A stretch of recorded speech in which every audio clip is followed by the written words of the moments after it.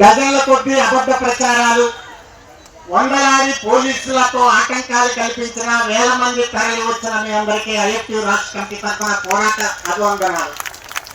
మళ్ళీ జూలై 18, 2018 తారీఖు బందర్ రోడ్డు ఒక బ్యాటిల్ ఫీల్డ్ గా, ఒక యుద్ధ క్షేత్రంగా మారిన దినం మళ్ళీ గుర్తుకొచ్చింది. పైగా ఇవాళ భారతదేశంలో స్త్రీలకి అక్షరాస్యత కావాలని ఏ సంస్కరణవేత్త అయితే పోరాడారో ఆ పూలే వర్ధంతి రోజునే ఈ సభ జరగడం అనేది చారిత్రకంగా అనుకోకుండా నేను ఒక మంచి సందర్భం. ఈ యొక్క పెద్ద భారీ ఎత్తున జరిగినటువంటి ప్రదర్శన చంద్రబాబు నాయుడు ప్రభుత్వానికి ఒక హెచ్చరిక.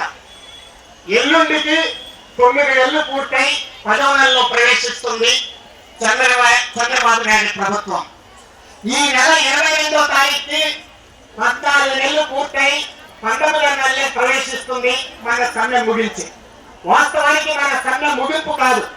ఆనాడు 22వ తారీఖు అర్ధరాత్రి, జనవరి 22 అర్ధరాత్రి ఎంపీ భవనంలో మీ జాయింట్ యాక్షన్ కమిటీ ఆధ్వర్యంలో వేల మంది మహిళలతో జరిగినప్పుడు ఆ రోజున మీ నాయకురాలు చెప్పిన మాట ఏమిటంటే, ఇది ముగింపు కాదు, రేపటి భవిష్యత్తులో మన పరిష్కారం కాకపోతే మళ్ళీ పోరాటం చేస్తామని చెప్పారు. అందుకని కామా తప్ప ఫుల్ స్టాప్ కాదు, ఆ కామాకి కొనసాగిస్తే ఇవాళ ఈ ధర్నా జరుగుతుంది. ఈ ధర్నా కూడా ఒక డ్రెస్ రిహార్సల్ లాంటిది. అంటే నాటకం వేసే ముందు అనేక సార్లు రిహార్సల్ అయిన తర్వాత ఆఖరిసారి స్టేజ్ తీయకపోవడానికి డ్రెస్సుతో రిహార్సల్ చేస్తారు ఒక రోజు. అది డ్రెస్ రిహార్సల్ అంటారు. రేపు భవిష్యత్తులో మన ఈ పరిష్కారం కాకపోతే పోరాటానికి వెళ్లే ముందు, మరొకసారి ప్రభుత్వం మీద యుద్ధానికి వెళ్లే ముందు ఇది ఆఖరిసారి ఒక డ్రెస్ రిహార్సల్ లాంటివి ఇవాళ జరిగింది. ఇది మరొక గుణపాఠం ఏంటంటే, ఎవరైతే ఆనాడు సమ్మెను విచ్ఛిన్నం చేశారో, ఎవరైతే ప్రభుత్వానికి మద్దతు ఇచ్చారో, ఆయే ఫోరం పర్ అంగన్వాడీలు పెట్టుకుని ఒక విచ్ఛిన్నకారులుగా ఉన్నారో వాళ్ళని వాళ్ళ ప్రభుత్వాలు ప్రమోట్ చేశాయి నిన్న కానీ ఇవాళ కానీ. అదేవిధంగా వాళ్ళ అనుకూల సంఘాలు, అంగన్వాడీలతో సంబంధం లేని వాళ్ళకి ఒక సంఘం పెట్టుకొని వాళ్ళతో మాత్రమే ప్రధానంగా చర్చలు జరుపుతున్నారు.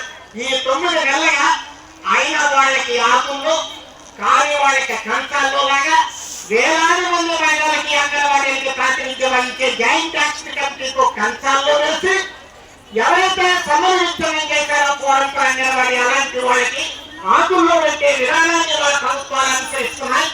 ఇవాళ బెజవాడలో జరిగిన ఈ ప్రదర్శన దానికి ఒక చెట్టు, ఒక గుణపాఠం, ఒక హెచ్చరిక. ఇప్పటికైనా ప్రభుత్వం గుణపాఠం తెచ్చుకోవాల్సిన బాధ్యత ఉంది. ఈ 9 నెలల కాలంలో చంద్రబాబు నాయుడు నాయకత్వంలో కూటమి ప్రభుత్వం అధికారానికి వచ్చాక అతి పెద్ద భారీ ప్రదర్శన ఇదే. అది ప్రధానంగా మహిళలతో జరిగిన ప్రదర్శన. 9 నెలల్లో రికార్డు సృష్టించేటువంటి ప్రదర్శన కొత్త ప్రభుత్వం అధికారానికి వచ్చాక. ఆ చరిత్ర కూడా మళ్ళీ మీరే నిర్మించుకున్నారు, ఆ చరిత్ర లిఖించుకోగలిగారు. ఇవాళ మనవడిగేది ఏమిటి?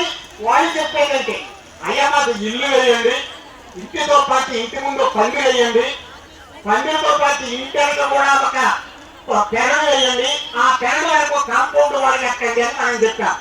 జీతాలు ప్రధానమంటే అర్థం ఇల్లు.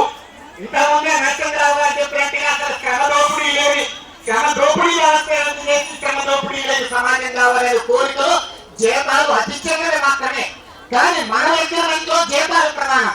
కానీ ఈ జీతాలు ఇల్లు జీతాలు అయితే ఇల్లు వేయండి, ఇంటితో పాటు పందిరి వేయండి, దొడ్డేయండి, కాంపౌండ్ వాళ్ళు కట్టండి. మనం అంటే వాళ్ళ అబద్ధాల ప్రచారం ఏంటంటే ఇళ్లతో వదిలేసి జీతాల మాట మాట్లాడకుండా పందిరి వేసామన్నారు. పందిరి కూడా వేయలే, నా 2 కాంటాక్ట్ వేసి పందిరి అనుకోండి అని చెప్పారు. గ్రాట్యుటీ మనం చట్టబద్ధంగా అడిగితే అది ఇవ్వకుండా, చట్టంతో సంబంధం లేకుండా లీగల్ గ్రాట్యుటీ ప్రిన్సిపల్గా ఇవ్వకుండా ఏదో గుండు కొత్తగా ఇంత డబ్బులు ఇస్తామని అంటే పందిరి కూడా వేయకుండా ఆ పందిరి పొంగలేసి ఇదే పందిరి అనుకోండి, బ్రాహ్మణండి, ఎంగమాళ్ళు వీళ్ళలాగా అంటున్నారు. అంటే మిగతాటి వాళ్ళు కూడా చేయట్లే, అసలు ఇంటి జోలికి రాకలే, అసలు జీతభత్యాల జోలికి రాలే. కనుక మన జీతభత్యాల అనేది ప్రధానమైంది. ఆనాడు కామాలించాం తప్ప పురుషాలు పెట్టలేదు.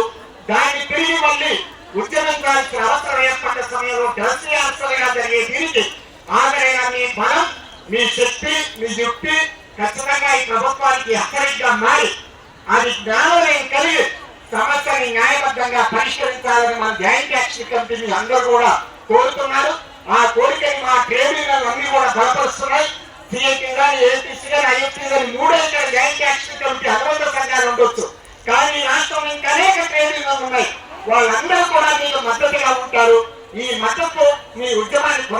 జరుగుతుందని మోడీ ప్రభుత్వం ద్వారా మొత్తం దేశంలో ఈ స్కీములు ఎత్తివేయడానికి ప్రయత్నం చేసే దశలో భవిష్యత్తులో వీళ్ళకున్న కేటాయింపులు రద్దు చేయడమే కాదు, స్కీములే లేకుండా చేయాలని ప్రయత్నం చేస్తున్న దశ. ఇవాళ క్లాసు జనాన్ని పక్కన పెడితే మాసు జనానికి ప్రతి పిల్లవాళ్ళకి 2 తల్లులు, ఒకళ్ళు కన్న తల్లి, 2 అంగన్వాడీ తల్లులు. మాస్ అంటే కింది అట్టడు వర్గాలు, బీసీ వర్గాలు, ఎస్సీ వర్గాలు, ఎస్టీ వర్గాలది. అంటే అనేక లక్షల మంది పిల్లలకి తల్లులుగా ఉన్న మిమ్మల్ని మీ సంక్షేమ పథకాన్ని పూర్తిగా ఎత్తివేయడానికి, రద్దు చేయడానికి మోడీ ప్రభుత్వాలు ప్రయత్నం చేస్తున్న దశలో భవిష్యత్తులో దానికి వ్యతిరేకంగా కూడా ఇంకా సమగ్రమైన ఉద్యమాన్ని నడపాల్సిన స్థితి. అన్ని బలైన బడుగు బాధిత వర్గాలకు చేతులు కలిపి కన్నీళ్లు కాల్చే వాళ్ళందరూ ఒకటి అని చెప్పే పద్ధతిలో ఇంకా సమైక్య ఉద్యమాలు నడవాల్సిన భవిష్యత్తు